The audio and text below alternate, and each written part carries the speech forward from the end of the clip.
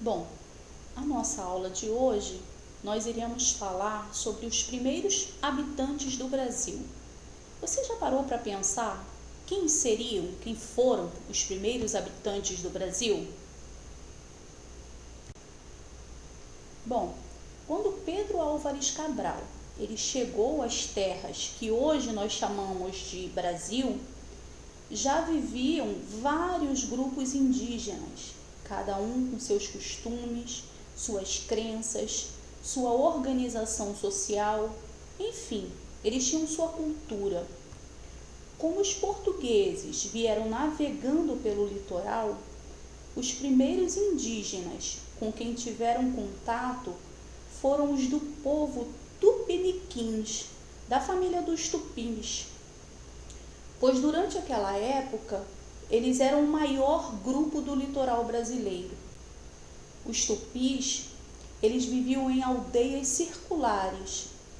As suas casas eram construídas com palhas e troncos de árvores e eram chamadas de maloca. Para sobreviver, os tupis, eles praticavam a pesca, a caça, eles plantavam mandioca, feijão, milho, abóbora, muita coisa, claro, eles viviam disso. Os indígenas se espalhavam por todo o Brasil. Eles tinham características diferentes das dos europeus. Estavam sempre reunidos e organizados em comunidade.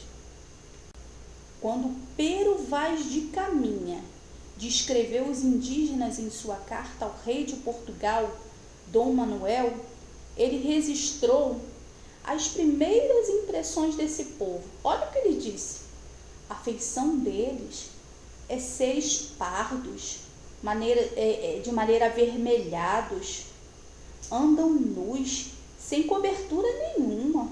Ambos traziam um beiço de baixo furado, e metido nele um osso branco e verdadeiro. Os cabelos deles são corredios, que quer dizer lisos, escorridos. Para o português, era mais fácil discriminar do que tentar entender os indígenas, né? Olha aí, os povos indígenas, eles faziam vários utensílios. Eles fabricavam flechas, lanças para caçar. Eles fabricavam também instrumentos musicais, como o maracá, tambor, a flauta.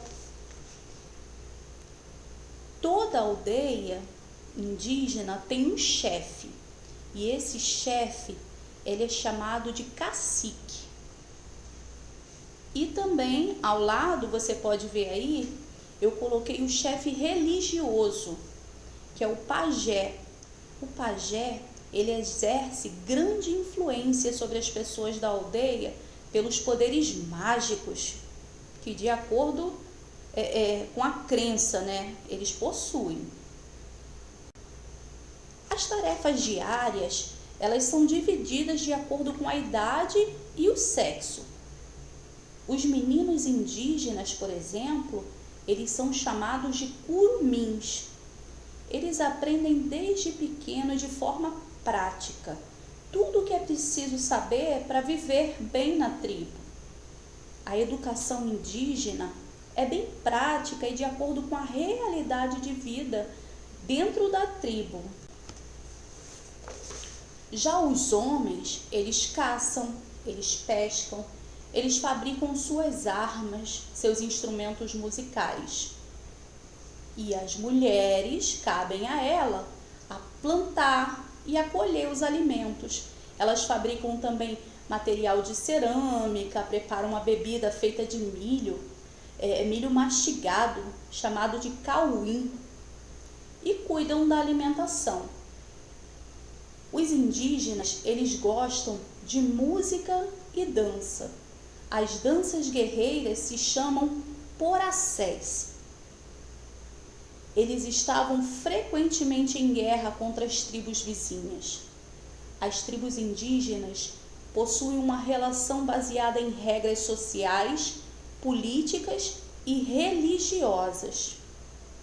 As sociedades indígenas foram se acabando, porque se tentou fazer com eles que se comportassem do mesmo jeito que a sociedade colonizadora. Na verdade, não houve respeito à forma com que os indígenas viviam. E aí, eu deixo uma pergunta para você. Será que hoje há respeito à forma de viver indígena? E agora? E agora?